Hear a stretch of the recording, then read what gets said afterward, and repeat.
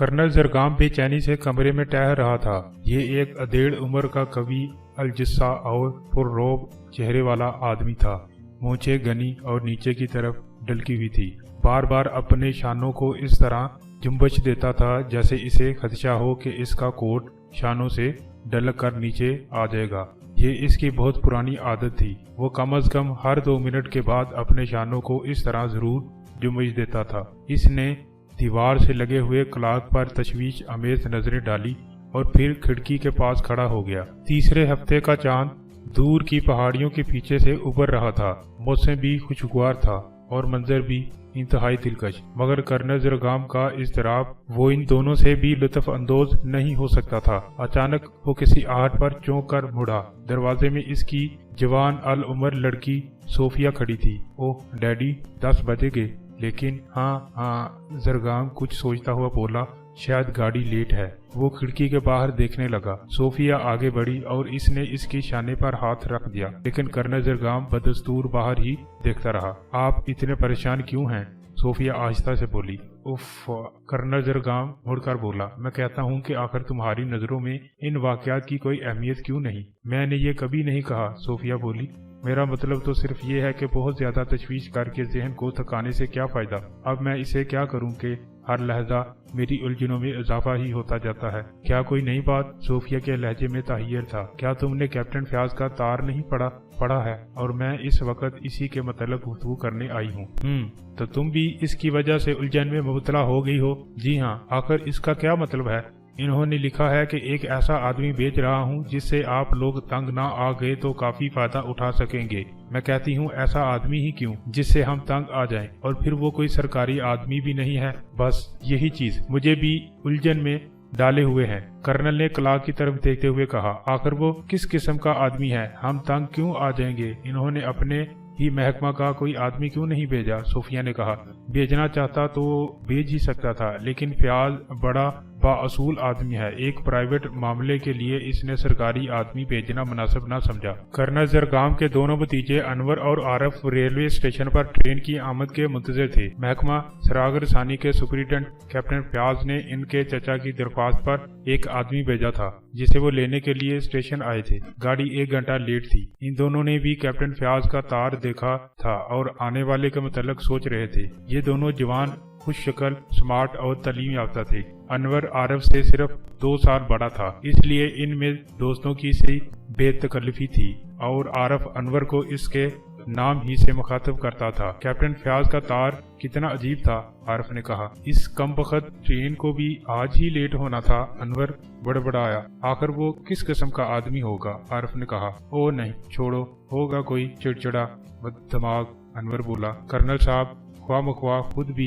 Bore होते हैं और दूसरों को भी बोर करते हैं। ये तुम्हारी ज्यादती है, आरफ ने कहा। इन हालात में तुम भी वही करते जो वो कर रहे हैं। अरे छोड़ो, कहाँ के हालात और कैसे हालात, सब इनका वहम है। मैं अक्सर सोचता हूँ इन जैसे वहमी आदमी को एक पूरी बटालियन की कमांड कैसे सौंपती गई थी। कोई तुक भी है? आखिर घर में बिल्लियां रोएंगी तो खानदान पर कोई न कोई आफत जरूर आएगी। उल्लू की आवाज सुनकर दम निकल जाएगा। अगर खाना खाते वक्त किसी ने प्लेट में छुरी और कांटे को क्रॉस करके रख दिया तो बदशुगनी। सुबह ही सुबह अगर कोई काना आदमी दिखाई दे गया तो मुसीबत। इस मामला में तो मुझे इनसे हमदर्दी है, आरफ ने कहा। मुझे ताऊ आता है, अनवर बनाकर बोला। पुराने आदमियों को माफ करना ही पड़ता है। ये पुराने आदमी हैं, अनवर ने झुंझला कर कहा।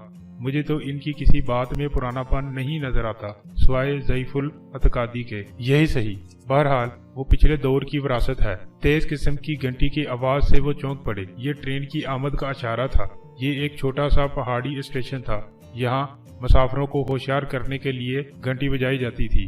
पूरे प्लेटफॉर्म पर 8 या 10 आदमी नजर आ रहे थे। इनमें नीली वर्दी वाले खलासी भी थे जो इतनी शान से अकड़ कर चलते थे जैसे वो स्टेशन मास्टर से भी कोई बड़ी चीज हो। खाना फरोख्त करने वाले ने अपना जालीदार लकड़ी का संदूक, जिसके अंदर एक लालटेन जल रही थी, मोंडे से उठाकर कांधे पर रख लिया और पान, बीड़ी, सिगरेट बेचने वाले लड़के ने, जो अभी मुंह से तबला बजा बजा कर एक फैसला गीत गा रहा था, अपनी ट्रे उठाकर गर्दन में लटका ली। ट्रेन आहिस्ता आहिस्ता रेंगती हुई आकर प्लेटफॉर्म से लग गई। अनवर और आरिफ गेट पर खड़े रहे। पूरी ट्रेन से सिर्फ 3 आदमी उतरे, 2 बूढ़े देहाती और एक जवान आदमी जिसके जिस्म पर खाकी गाबरडीन का सूट था। बाएं छाने से गलाफ में बंद की हुई बंदूक लटक रही थी और दाहिने हाथ में एक बड़ा सा सूटकेस था। गालबन ये वही आदमी था जिसके लिए अनवर और आरिफ यहाँ आए थे। वो दोनों इसकी तरफ बढ़े। क्या आपको कैप्टन फयाज ने भेजा है? अनवर ने इससे पूछा।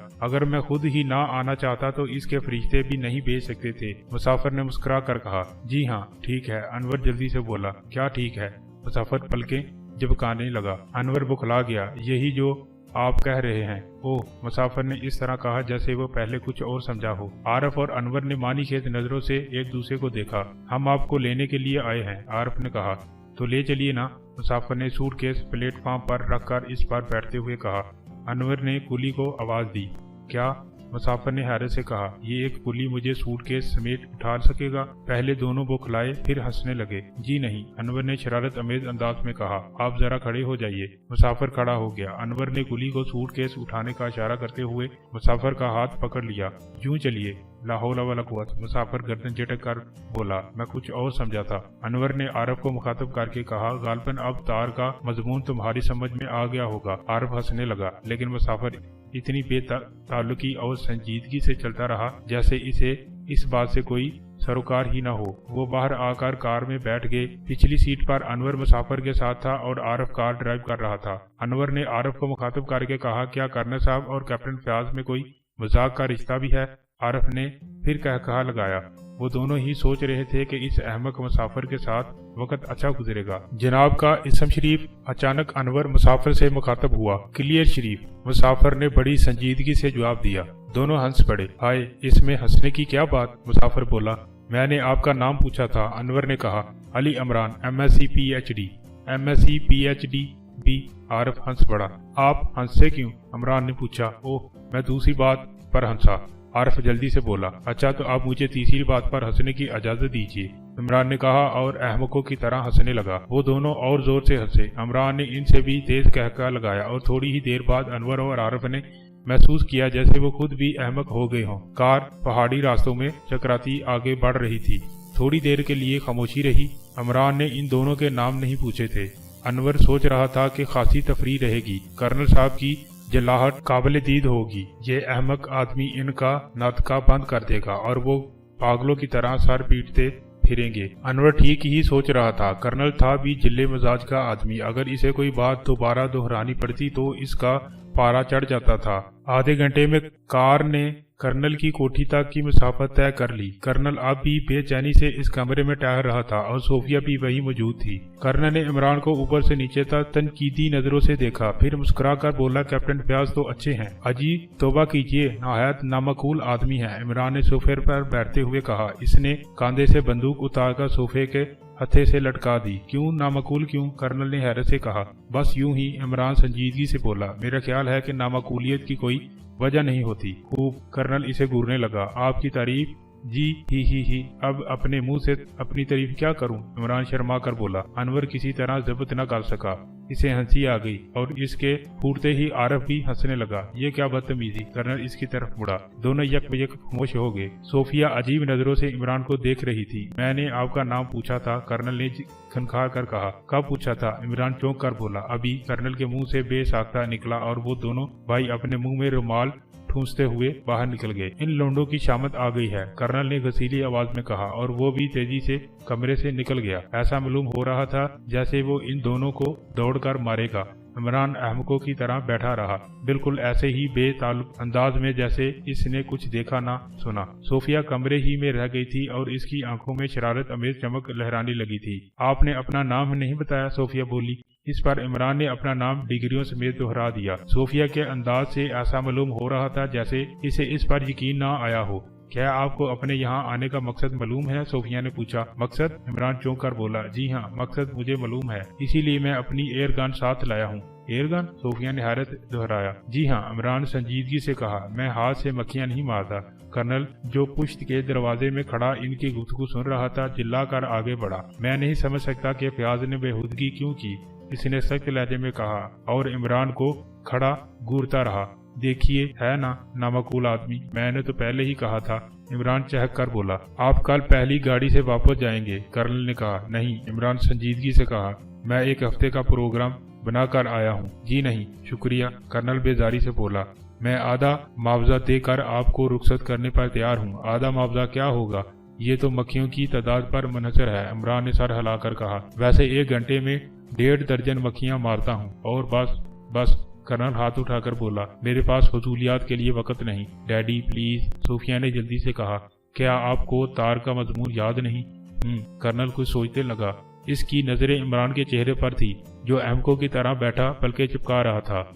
तुम ठीक कहती हो, कर्नल बोला, और अब इसकी नजरें इमरान के चेहरे से हटकर इसकी बंदूक पर जम गई। इसने आगे बढ़कर बंदूक उठा ली और फिर इसे गुलाब से निकालते ही बुरी तरह फिर गया। क्या बेहूदगी है, ये हल्के बल चीखा। ये तो सचमुच एयर गन है।